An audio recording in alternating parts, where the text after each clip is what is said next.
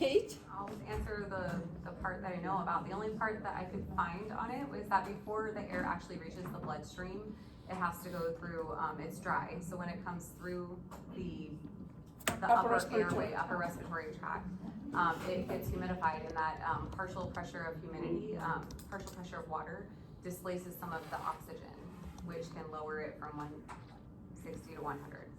So I'll just wait for a couple more ideas and then we can discuss it. Anyone else? Sarah?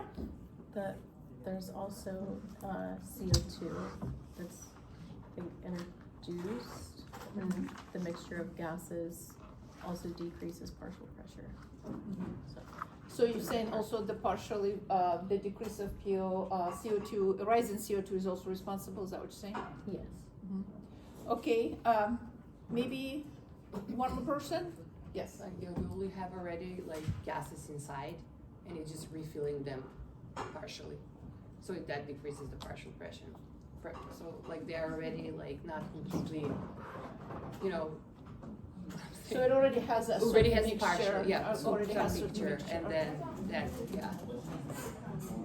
yeah. Anything else?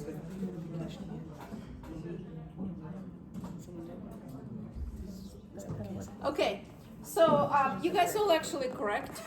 The water vapor is the major part of the equation. The water vapor, because it is remember the job of the upper respiratory pathway to warm and humidify. So if you added the water vapor from the body towards the air, then obviously partial pressure, which is a proportion of the O2, will be dropping and replaced by the water vapor. The rising concentration of CO2 also partially responsible, but the water vapor is really the major factor without getting into too much calculation, but the water vapor is the main role. And over there I wrote that at 100% humidity, the water vapor is 47, I wrote 45. 47. So, all right, so let's move on to the Museo really quick. So, what might cause the Museo's nasal condition? So he was what? Stuffy. Why was he stuffy? Imani?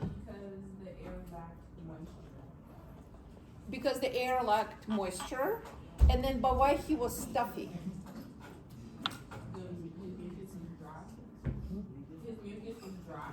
So the mucus kind of was lacking the moisture, the saline portion of it, yes. So he had a mucus, right? But then, why but it felt sticky or stuffy? So the mucus was there for sure, you're correct. But why did it not feel like normal mucus? Ashley? Because remember the mucociliary escalator, right? It's a two-part really. It's a mucus and the saline, right? And saline, we really have to have a water for that, for the mucus not to be sticky. So when you lose water, the mucus becomes sticky, and the clinical, feeling of that would be like a stuffiness, right? Yes. Yes. Of course. You talked, you opened your mouth, you tried, you did your best.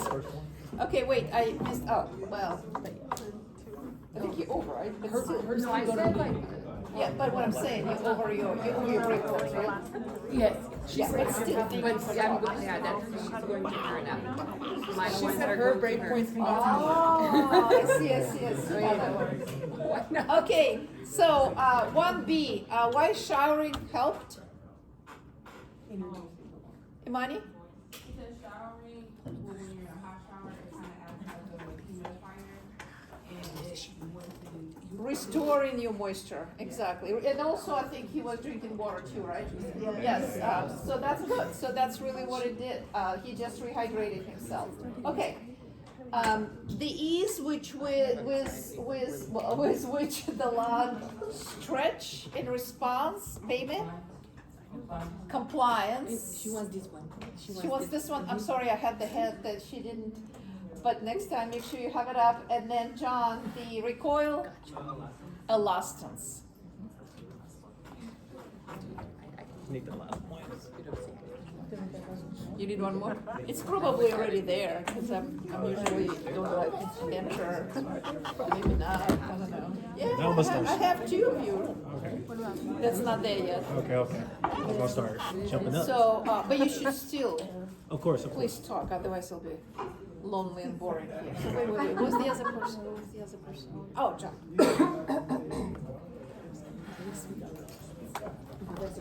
Is it a question? Yeah, me. Priyanka? Ability of lung to recoil? Elastic recoil, I'll take that. No, elastance is the official word, but I'll take that. Is it the extra like hydrogen bonds that do that? Like when you To have do what? like the congestion is the congestion. Like hydrogen bonds in the water. It's With not so much particular, like, about the hydrogen? hydrogen bomb, it's really just restoring The the water. saline portion. Because it's like thick smoothie, thin smoothie, right? But still, but hydrogen bonds are part of water. That was all you guys. You boss is like in charge of everything, right? That was team front row. Okay, guys, so remember, I was telling you that when we do the partial pressure, right? So like, so this is at sea level. So we were using 160 in the picture, right? But that's okay, like don't get too hung up on this. So they really coming from the proportion of the gases. So remember when I was trying to figure out, so you basically go like if the 760 millimeters of mercury would be 100%, and so if the proportion of the oxygen is 21%, right, then this is X.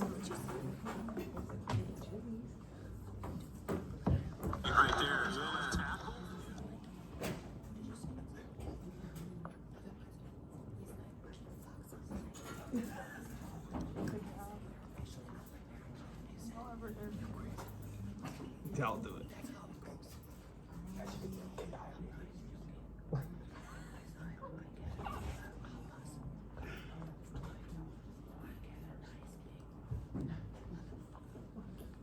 So I have 59.6 just because I took the 21.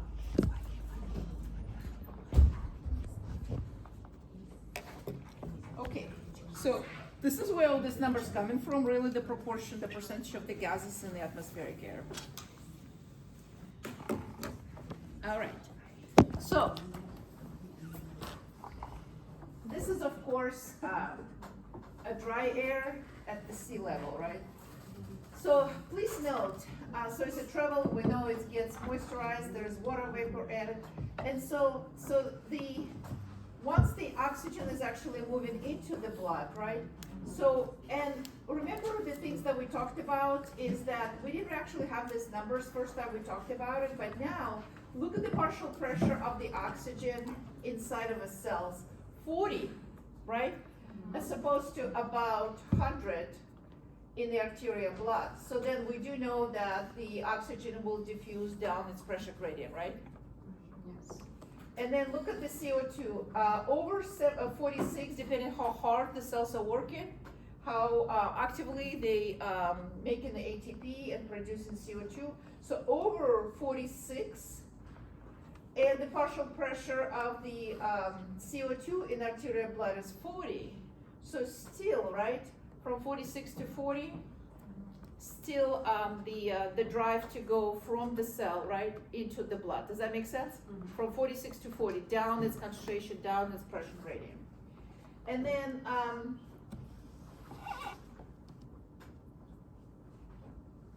what else I want to point out here? Oh, I guess it's already here. Okay, so down the pressure gradient. This is really kind of very similar chart, bless you. Trying to remember if I have anything to add to that. Oh, this is the part, although we're gonna get into more details soon. So oxygen has actually quite poor solubility in water. So only a small percentage is actually transported, dissolved in the plasma. Majority of it is going to be bound to hemoglobin. And we're gonna look at the percentages soon, so we can kind of talk about it a little bit more. And this is very important point because during evolutionary development, the ability to develop a transport molecule for the oxygen is actually made it possible for the body to start living as the multicellular organism. Because if you think about it, if you're a unicellular organism, the oxygen could just diffuse inside of your cell, right? And that's not a big deal. But when you become a multicellular organism, the delivery of oxygen to every single cell of your body becomes an issue. So you do have to have a way to deliver the oxygen. And if it's not dissolved very well in the plasma, then it has to be a transport molecule. So the hemoglobin is such transport molecule. CO2 actually also could bind to the hemoglobin, but most of it is actually dissolved in plasma because CO2 have a higher solubility in water. And again, we'll see more coming up soon. But so right now, for now, oxygen poor solubility in water, hemoglobin is the main carrier, and CO2 better solubility in water could actually just be dissolved in plasma, but still can also bind hemoglobin. So those are the normal pressures that we saw before. So arterial blood will be the range, really depending as it moves around. And then so is the for the oxygen and for the CO2.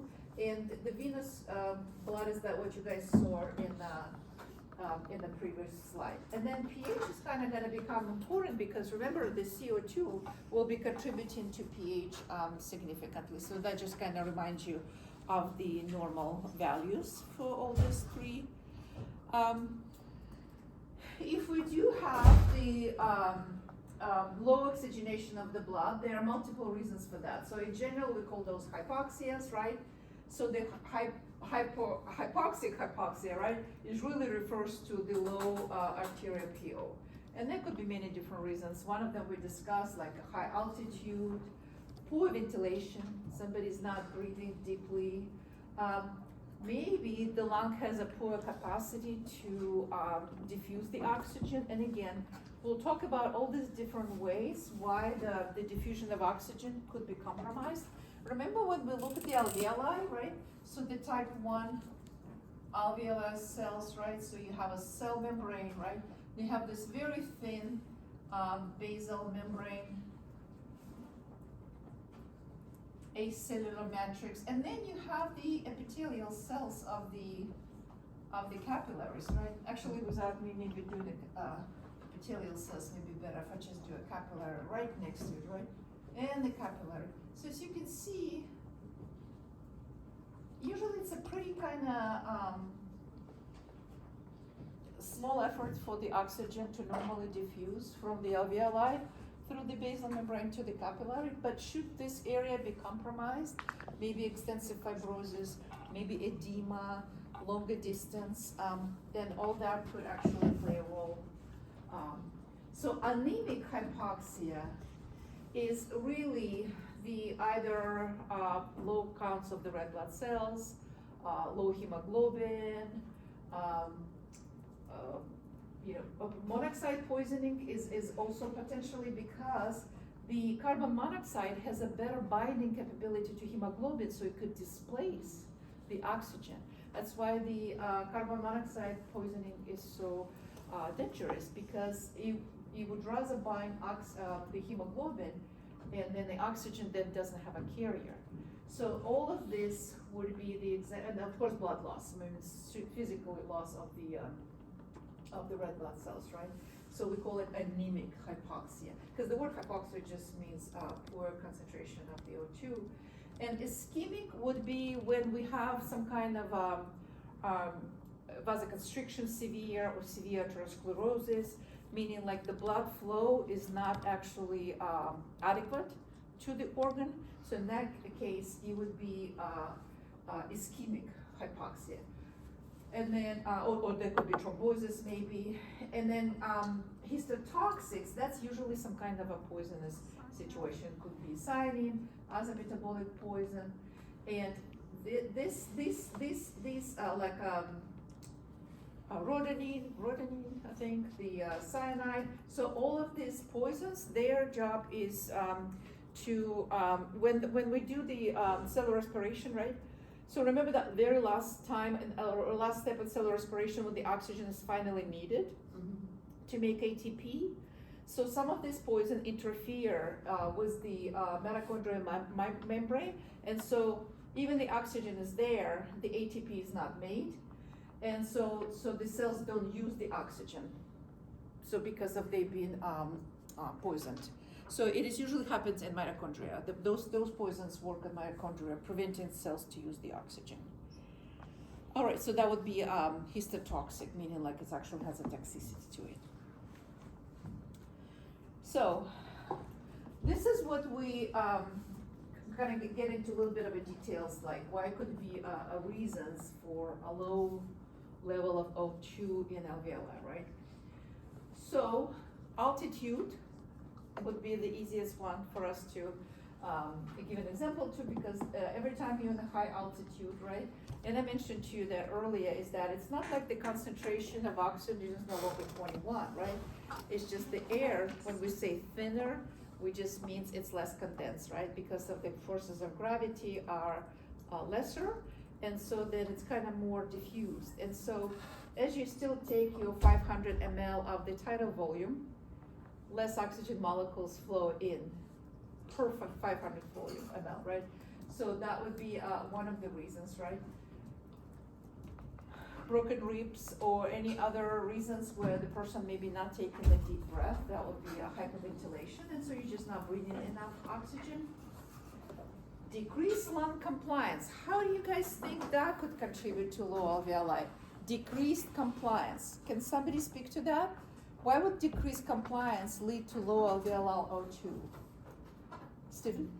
Because you would be breathing in, if your lungs expanded less, then you would be breathing in less. Bring in less oxygen, literally, yes, low compliance, exactly. So what about this, guys? Increased airway resistance. Can you think of how the increased airway resistance, somebody with asthma? Asthma. Somebody with Okay. asthma. Yeah, it has like a lot Narrowing. of mucus, and it's narrowing, and automatically it increases the resistance. It's just And literally you less cannot- delivery, You don't yeah. have enough oxygen. Have you ever Sometimes. experienced that you felt I've like? never had asthma attack. Oh, you did, like, good, yeah. good. Yeah. I have my inhaler though, don't worry. I'm good all night today, hopefully. So CNS depression, what we're talking about here is inability to have central nervous system to increase ventilation as needed, right?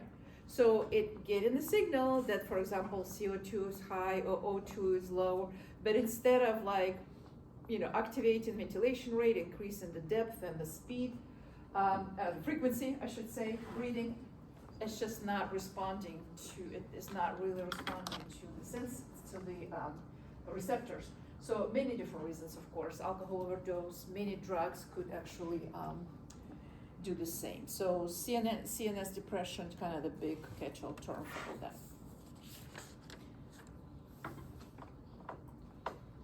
This is probably would be the place, like instead of all those graphs, that's probably the one that has kind of everything all together. So maybe when you kind of reviewing this, I would just use that slide. But we talked about that enough times. But I would use this slide to review because it kind of has all the little details from everywhere. All right. So this is kind of puts it all together, right? So how much oxygen in inspired air will change the alveolar gas exchange? How good is your ventilation? Are you lung compliant, meaning it's easy to inflate? Do you have a thickening or some kind of the restriction of the airway and increased airway resistance? How well you breathing, the rate and the depth? Because you could be taking a good deep breath, but if you have very so like 8 to 7 breaths per minute, that still overall will be actually a reasons for low alveolar O2. So gas diffusion between alveoli and blood, even this is all, let's say, good. You get to this area, right? You get to the exchange between alveoli and the capillary, and a few things could happen. Surface area, what do we mean by that? So alveoli are these little sacs, right? And there are so many of them. But imagine, for example, during the emphysema, so your normal alveoli, so instead of having this multiple sacs, what happens, there is actually, so before I see what happens, say what happens in the emphysema, let me take this down. So then you have all this, of course it's not 3D, but all this as a surface area to exchange gas, right? All this, the membrane of the alveolar cells is the alveoli is the area to exchange gas, right? But what if during emphysema, when you have broken cells and they become as like really big, large vacuoles now? So let me do the good one here. So now instead of all this surface area plus this, you only have this surface area. You see how much less of the surface area that is? So less surface area, less gas exchange, right? The distance that the O2 has to travel. So it could be a barrier thickness or amount of fluid.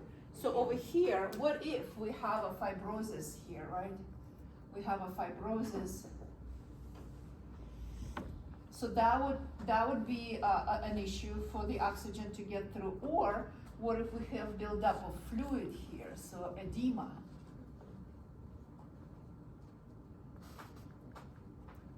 So that would also increase the distance, and the diffusion will be also compromised, right? The longer the time to travel.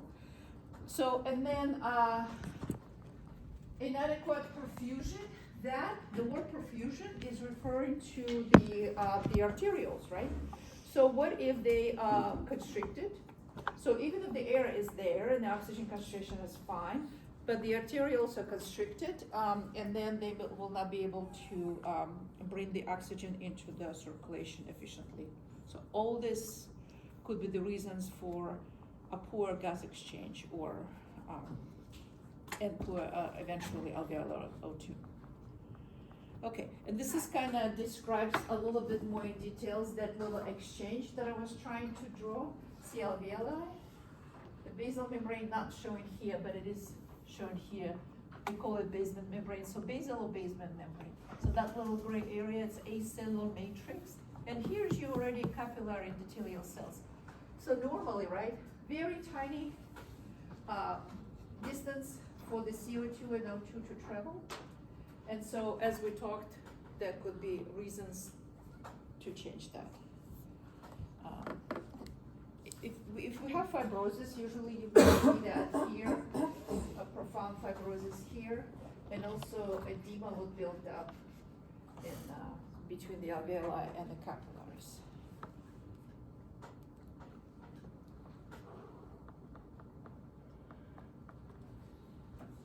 So I just talked about that.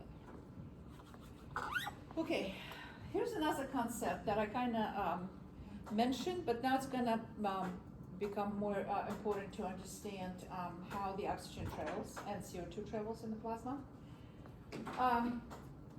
Gases have different solubility in the plasma, in the water, right?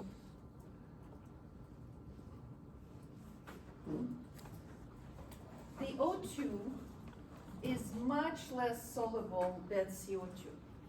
That's one thing that you need to remember. And therefore CO2 can travel in the plasma better by itself, and O2 need a transporter. Are we good with that? Is that clear? Because it's not dissolving. It does not dissolve in plasma very well. Okay. And so then it was, as I mentioned to you, driving force for evolution to have a carrier molecule such as hemoglobin is water. Now the other thing that's kind of important is that the O2 is more soluble in cold water. And I'm saying here that the body temperature of the human is somewhat constant, less of a concern for us, but I don't want us to just kind of ignore that it's actually quite a big concern for ecosystem with the warming, right? Because now imagine this, what is normally was so much oxygen, let's say, in the water, that now with the water being warmer, there's actually less oxygen in the water. So the species living in all these different environments now actually have to deal with much lower oxygen concentration. That is really important for various other species, not so much for us, yes. Okay, so then, this is just kinda to demonstrate that point. Oxygen solubility, so when we say at equilibrium, which just means that as many living as many entering, so as at equilibrium, actually, you can't push any more oxygen in the water, so much poor solubility in the water for the oxygen as compared to the CO2, much more soluble. And therefore, check this out, this is our alveoli, this is our arterial blood. Less than 2% oxygen is actually dissolved because of the poor solubility. And 98% of the oxygen is bound to hemoglobin. This is the red blood cells, of course. And that's how it gets transported. Is that clear? That's how it gets transported.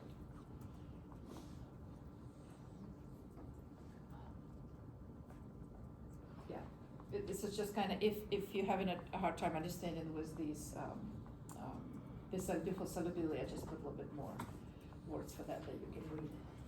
Okay, so here's our normal lung. We kind of depicted our,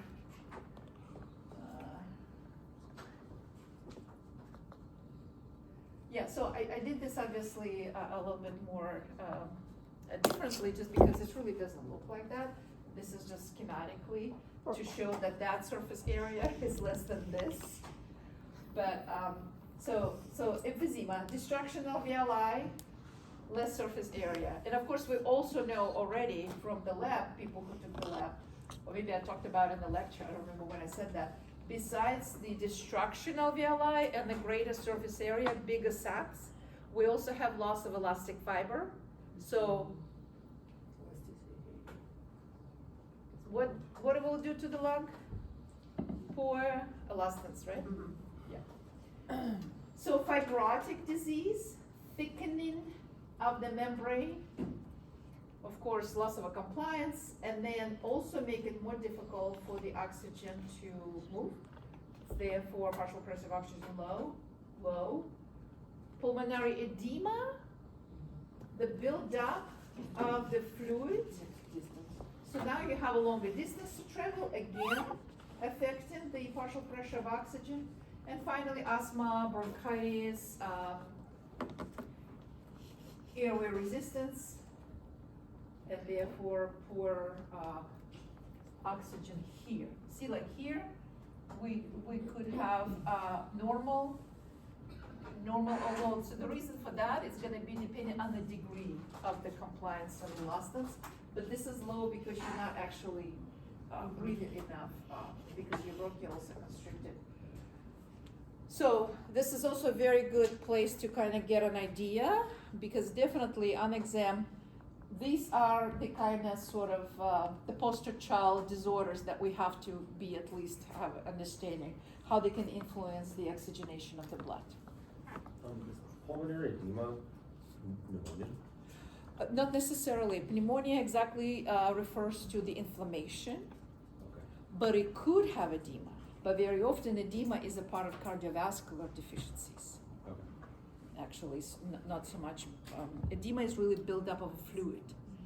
It doesn't have to have pneumonia with that. Okay, here's the pathology. This is what the normal lung looks like. And again, even though you see this big opening, guys, that's just the processing of the tissue. If we can find like a perfect area, it'll be more like this. But when your tissue is processed and cut and formalin and all that stuff, and the paraffin, it looks bigger than it should be, but still comparatively. So what do you think this pathology could be, Stephanie? I don't know for sure, but I'm thinking emphysema. Exactly. That is what it meant to demonstrate much greater distances, broken. So even with the, with this being a part of the process, it's definitely, you can see a lot of loss of tissue and broken alveoli. Yes, good job.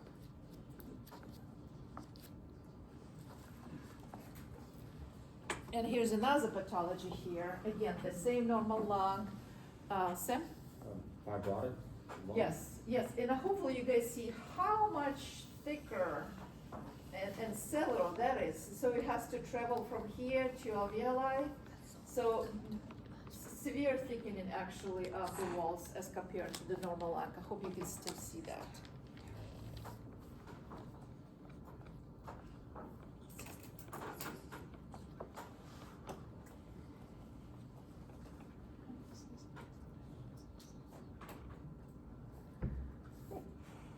So, getting a little bit more details with the oxygen delivery. So depending on how much oxygen we have, it's going to influence the saturation of hemoglobin. So what we mean by saturation, remember the molecule of hemoglobin is the tetramer. I'm sure I'm gonna have pictures coming up. It's a tetramer. So the tetramer, and then each part of the tetramer could carry one oxygen molecule. So then if the oxygen is saturated 100%, that means all 4 sides per hemoglobin is occupied by oxygen. So if you have less oxygen, then you can't really have all, it could be 75, 50%, 80% saturation. So not all sites available for oxygens are actually occupied by oxygen. And also how much hemoglobin you have, right? How much hemoglobin you have will determine the number of the sites where the oxygen can bind. And that could depend on a couple of different things. So first of all, simply how many red blood cells you have that have hemoglobin inside, right? Do you have a lot? Do you have not enough? And then if you do have a normal amount of red blood cells, how much hemoglobin do you have in each red blood cells? So all these are the factors that's gonna play a role how much oxygen is delivered to the tissues.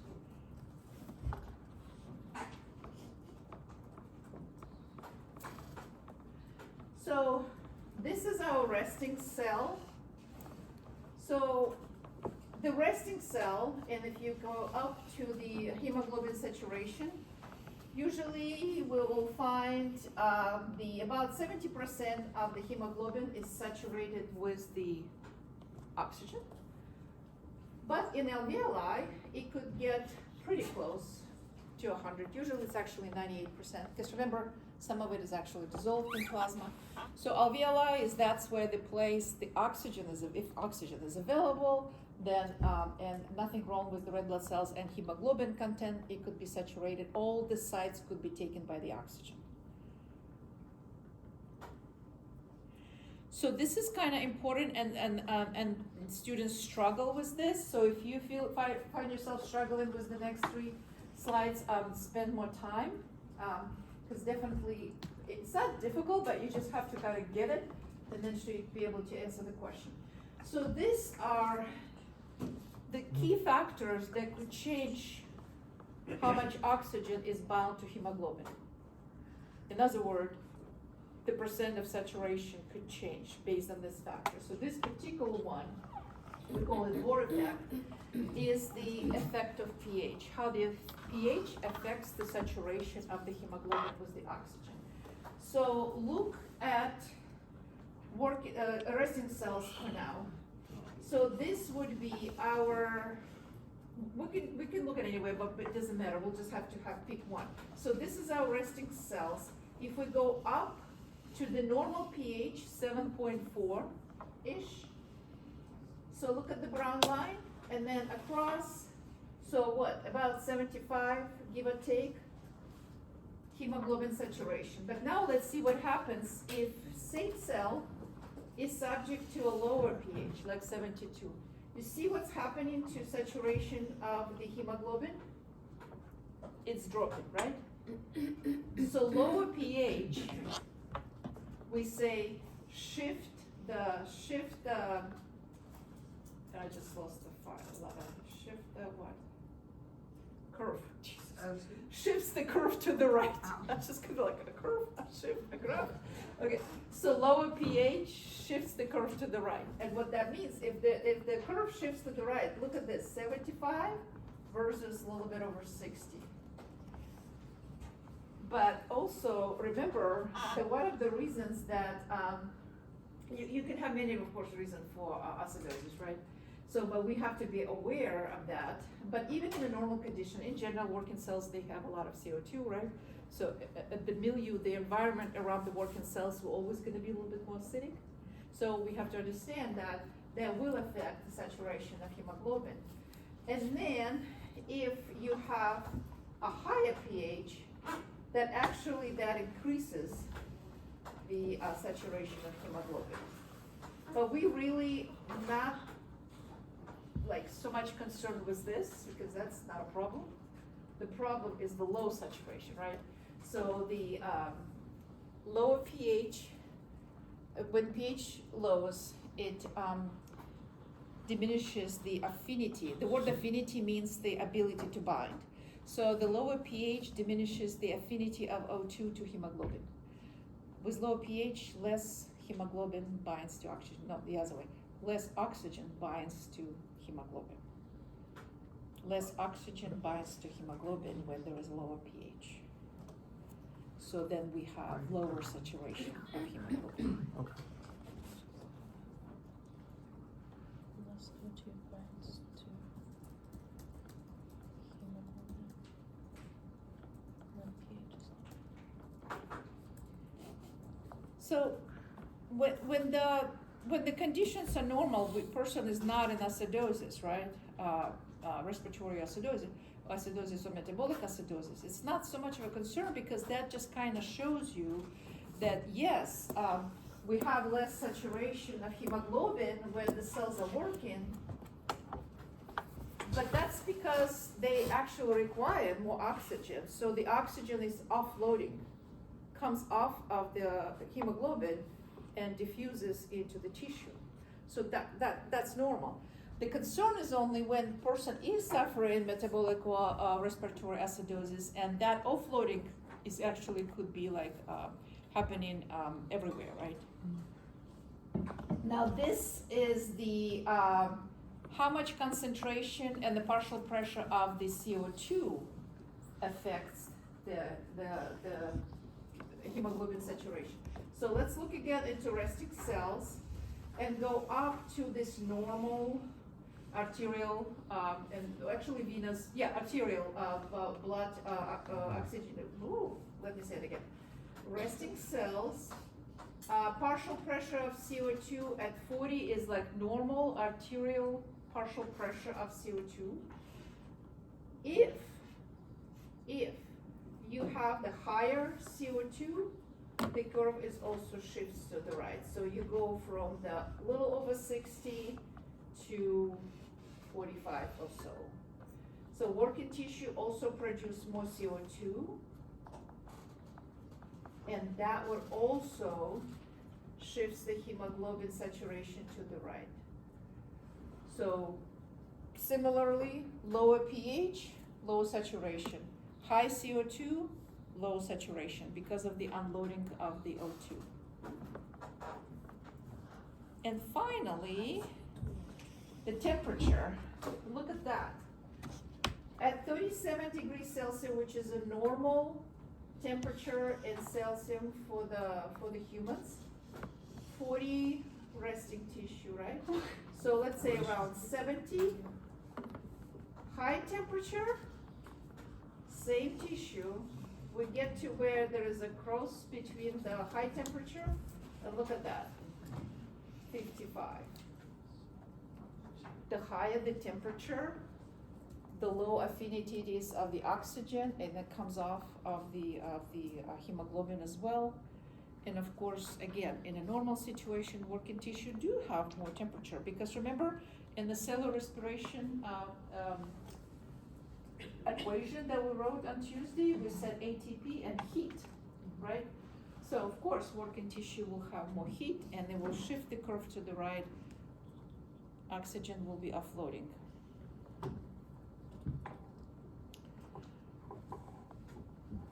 Now the mothers and fetus relationships.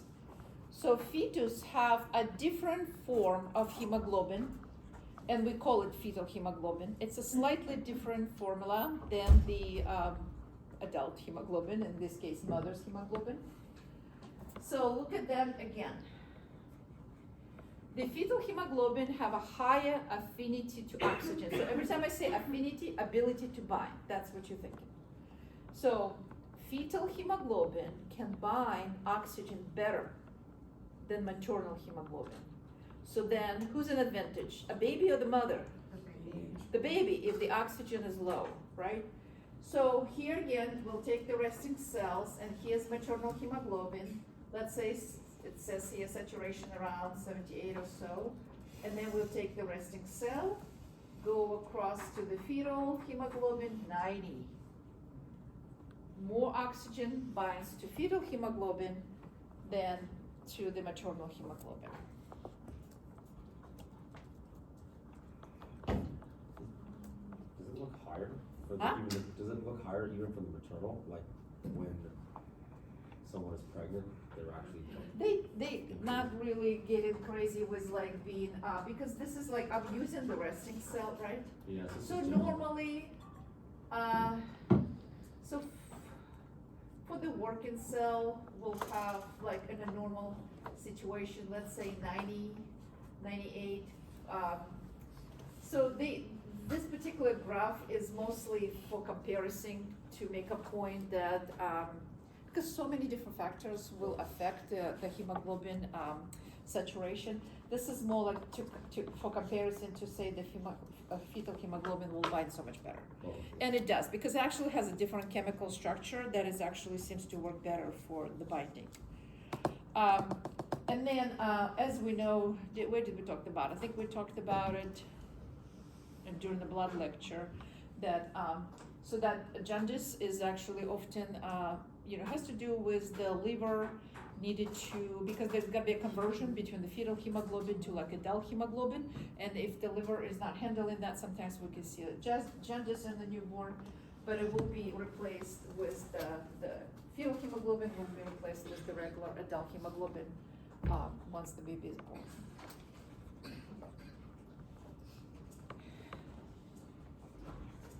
All right. We already talked about all of that. This is how the oxygen gets to blood, right? So we already went over all of this. And now what we're adding to that, to understand our arterial oxygenation, right? The other factors that could affect them. We already know that saturation of the hemoglobin, how much oxygen is bound, could depend on concentration of CO2, pH, temperature. Don't worry too much about that compound. And also, we talked about the number of RBCs and the number of hemoglobin in each RBC. So that particular slide probably paints the most comprehensive picture of what could affect arterial concentration of the oxygen. All this needs to be checked out to be an adequate supply.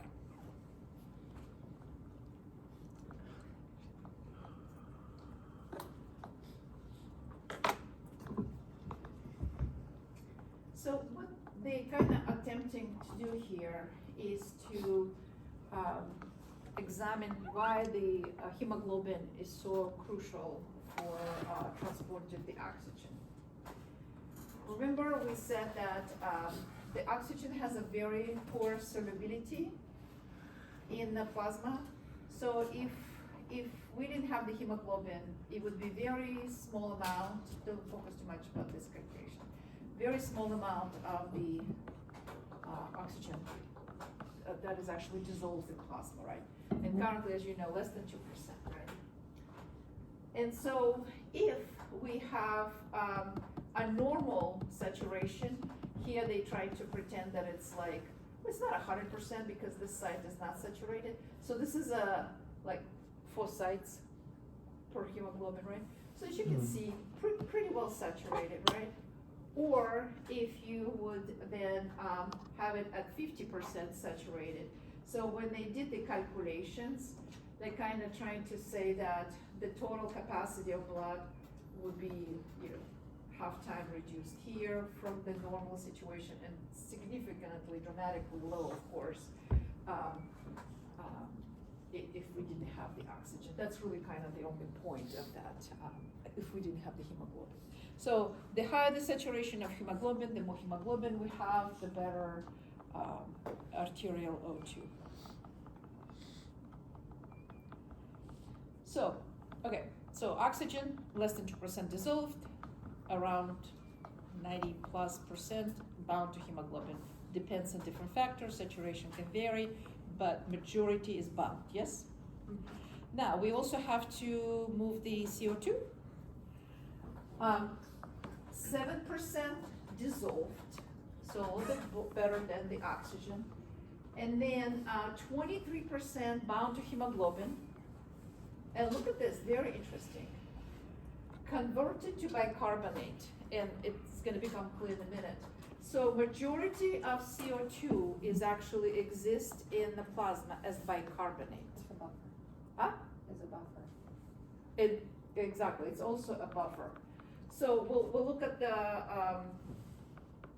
we'll also look at the, at this all together here. So this is where I would suggest also make sure you spend time. It's not difficult once you grasp it because it talks about the movement of the CO2. Okay, this is cells doing cellular respiration, yes? Making CO2, yes? We're good with that.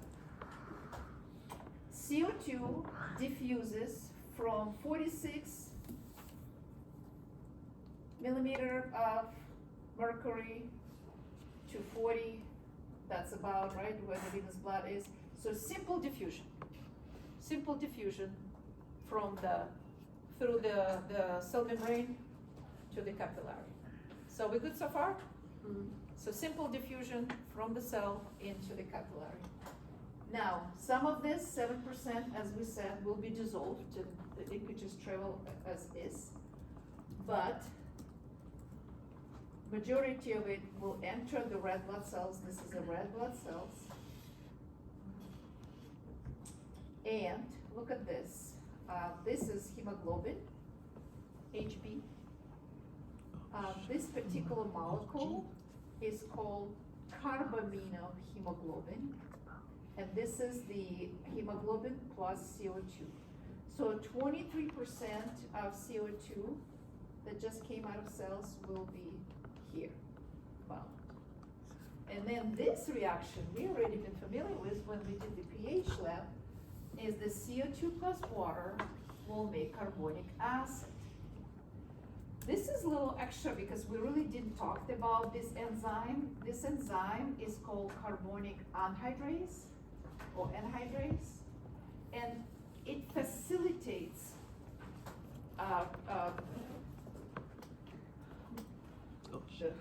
what's the word I'm looking for? The reaction. Facilitates the reaction, right? So you could still do that without the carbonic anhydrase, but with that enzyme, the reaction goes much faster. And the red blood cells do have that enzyme present. And so once you have the carbonic acid, remember, it could dissociate. It dissociates to hydrogen ions. Remember, adding to the pH, that's what we talked about in the pH lab, right? And the second product of this dissociation is bicarbonate. So bicarbonate, before we get to this, bicarbonate is very important buffer. We talked about that. It could leave the red blood cells and travel in plasma holding inside the CO2, right? That's how the 70% of CO2 travels in the form of bicarbonate. And so that bicarbonate in plasma, remember, it's also a very crucial buffer. It could accept the hydrogen ions, become carbonic acid, right? Or it could dissociate and donate hydrogen ions. So very important plasma buffer and also a means of transporting CO2. This oxygen, hydrogen, that's the second portion of the dissociation, have also ability to bind to hemoglobin and it will stay in the red blood cells. Less of concern for us right now on this one, but it could also go unbind. But it's not much of a concern for us right now. For us, what we need to know is this: 7% dissolved, 7% in the form of carbamino hemoglobin, and 70% as bicarbonate. Okay, traveling, getting closer to the lungs, yes? Dissolved CO2 will just diffuse, that's not a problem. Again, simple diffusion. Did I lose everybody? Like so quiet. Can we just like get to the lungs? Okay, simple diffusion, okay? That's okay, the one that was in the plasma, diffused, is that good? Okay. Now this guy, so this somehow needs to come out of the red blood cells because it needs to get to alveoli, right? 7% is not enough, right? So we need to move all that. So how do we move all that? So once this is actually dissolved, you have less CO2, and it's a simple, we call it the law of mass, like we have less CO2 in the environment, the CO2 will unbind for hemoglobin and move out. When the CO2 in the ECF is dropping, the CO2 in ICF will dissociate by law of mass, saying, oh, less, okay, I'll go too. And they will dissociate and then will dissolve and move with this. And then, the carbonic reaction, the carbonic anhydrate reaction, it actually will reverse and get back to the carbonic acid and dissociate exactly, it's like a backwards of that situation. And then back to the water and CO2, and that will join and exit as well. So that has to enter back into the red blood cell for that reaction to occur. What needs to enter? The bicarbonate. The bicarbonate is gonna Yeah. enter because this is what's happening. So it can go either direction. Mhm. And it kind of really is governed by the law of mass. If something disappearing, it pulls reaction in a different direction. Well, goes away, unbinds, goes away. And then the bicarbonate is entering, dissociating, associating back to carbonic acid, dissociating, and also moving out. So most of it is going to finally diffuse into the alveoli for the exchange.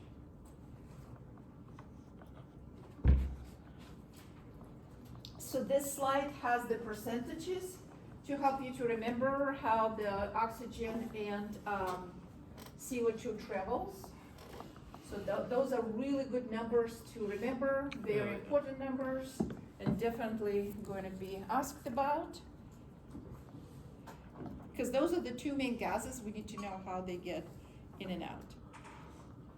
Okay, here's what I'm gonna say. I only have 3 slides left, but we need to go very slowly, but I feel like I'm not, I'm losing you people. It's like very quiet, it's like, but we need to go slowly because now we're getting about how the CO2 is actually, central nervous system actually knows what to do, like the receptors and the ventilation control. So it's only 2 or 3 slides left, so we'll do it on Tuesday. But guys, I'm gonna ask you a question about chapter 19. And you have a weekend, so please start reading. As I mentioned to you, we have 3 lecture periods for kidney and electrolyte balance.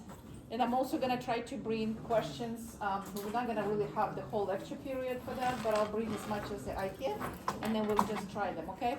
So, and I mentioned to you earlier, right, a lot of students having a trouble with the kidney, so you need to start reading soon. Can you open up 19?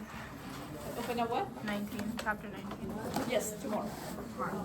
Professor, I'm just wondering,